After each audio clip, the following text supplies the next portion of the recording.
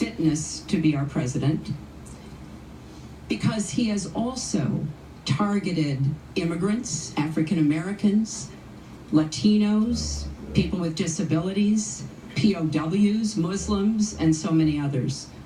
So this is who Donald Trump is. And the question for us, the question our country must answer, is that this is not who we are.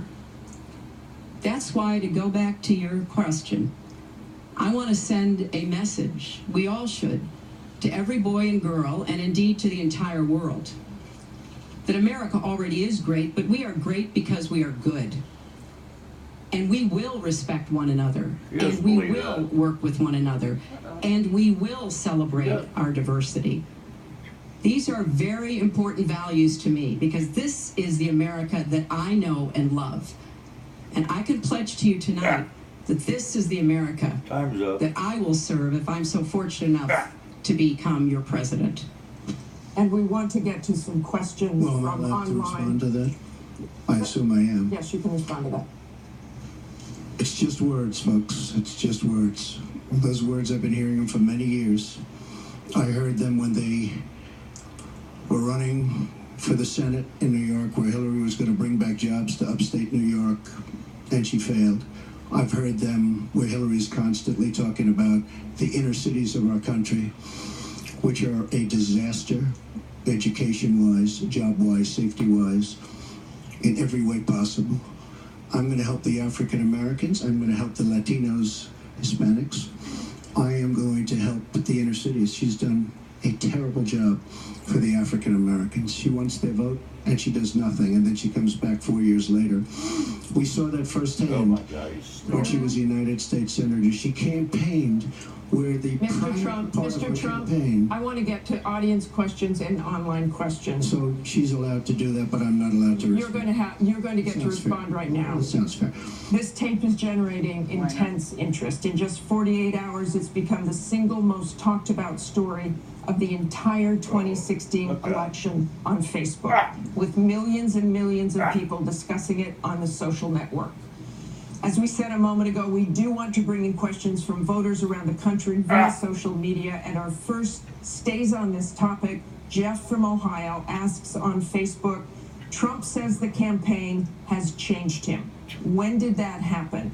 So, Mr. Trump, let me add to that. When you walked off that bus at age 59, were you a different man, or did that behavior continue until just recently? And you have 2 minutes for this. As I told you, that was locker room talk. I'm not proud of it.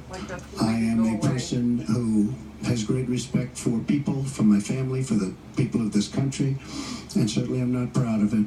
But that was something that happened.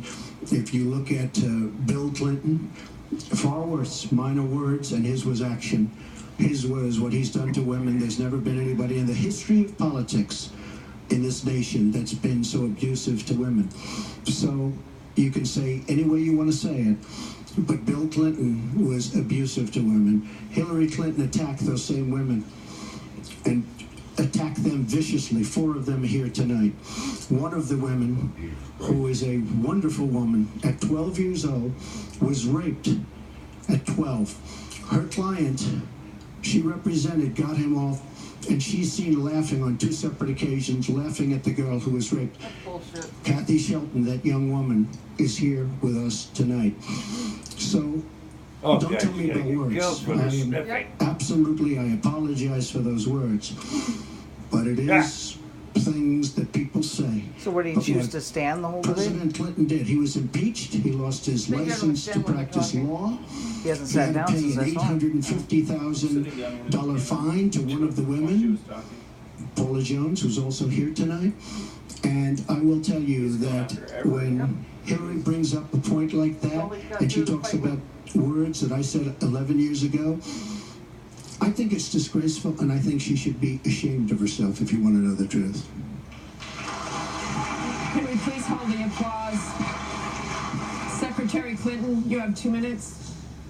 Well, first, let me start by saying that so much of what he's just said is not right, but he gets to run his campaign any way he chooses. He gets to decide what he wants to talk about, Instead of answering people's questions, talking about our agenda, laying out the plans that we have that we think can make a better life and a better country, that's his choice. When I hear something like that, I am reminded of what my friend Michelle Obama advised us all. When they go low, you go high. And look, if this were just about one video, maybe what he's saying tonight would be understandable. But everyone can draw their own conclusions at this point about whether or not the man in the video or the man on the stage respects women. But he never apologizes for anything to anyone. He never apologized to Mr. and Mrs. Khan, the Gold Star family, whose son, Captain Khan, died in the line of duty in Iraq. And Donald insulted and attacked them for weeks over their religion. He never apologized to the distinguished federal judge who was born in Indiana. But Donald said he couldn't be trusted to be a judge because his parents were, quote, Mexican. He never apologized to the reporter that he mimicked and mocked on national television and our children were watching. And he never apologized for the racist lie that President Obama was not born in the United States of America. He owes the president an apology. He owes our country an apology. And he needs to take responsibility for his actions and his words. Well, you owe the president an apology because, as you know very well, your campaign, Sidney Blumenthal, he's another real winner that you have, and he's the one that got this started along with your campaign manager, and they were on television just 2 weeks ago. She was saying exactly that, so you really owe him an apology. You're the one that sent the pictures around your campaign, sent the pictures around with President Obama in a certain garb. That was long before I was ever involved, so you actually owe an apology.